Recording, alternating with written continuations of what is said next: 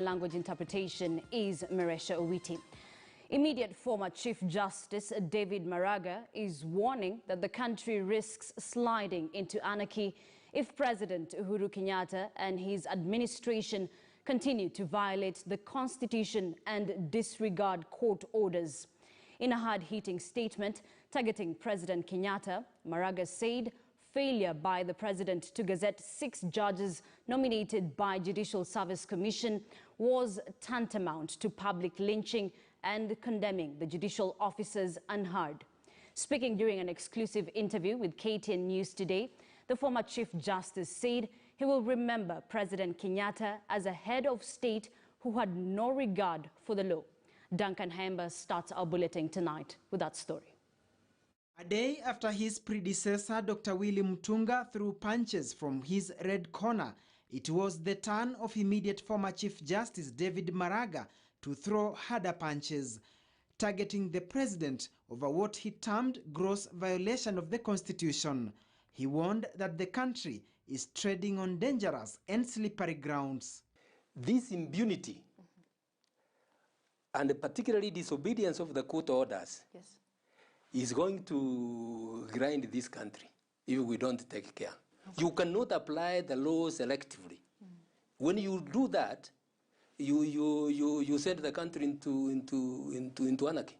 Maraga faulting the president over his refusal to gazette the remaining JSC-appointed judges and magistrates despite court orders, saying the move is detrimental to careers of the concerned judges.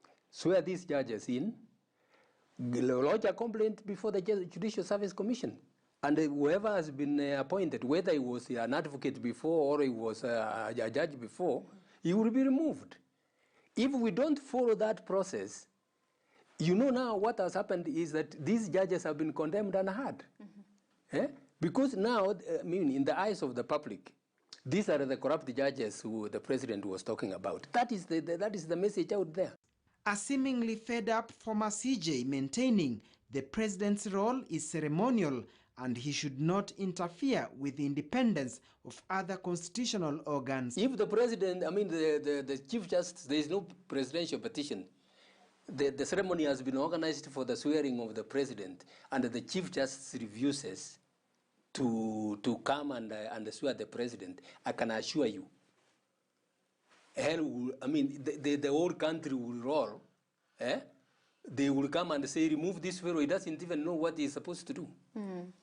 That is what's supposed to happen with the president. Maraga is also reading mischief over the president's list of judges and magistrates who are said to have integrity issues. Those who are said to have issues, and some have been added now to that, to that list, and others have been removed from that list. So for the good of the persons concerned, I won't name them. But that's what has happened. He says if the trend continues, the judiciary will soon be held captive by the executive. Wacha nikwambie, hii kitu ikiendelea na iende mpaka mwisho, we can go on pole mwishowe, we will not have a judiciary. That is your fear? That is my fear. We will not have a judiciary. The judges will be there. Kesi ikikuja kotini, judge anaangalia anasema, hii kesi nikikata namna hii, raisi au waziri fulani atasema nini? Wacha nione vile nafanya namna hii. Is that the country you want us to live in? Also targeted for attack were MPs who Maraga accused of failing to impeach the president. It is the duty of parliament, when the president has violated the Constitution, to take steps and remove him. To impeach the president. To impeach the president. That is the only way you can have order. If this kind of act is allowed to continue, we are descending into a banana republic. And just how will he remember President Uhuru Kenyatta? I'm sorry to say that I will remember him as a president who had no regard for the law. With the two former CJs heavily criticizing the president over his move, it remains to be seen whether Chief Justice Martha Koome will step forward and give a clear direction. And promoting fairness. Duncan Hemba, KTN News. And integrity within it. The war pitting the executive and the judicial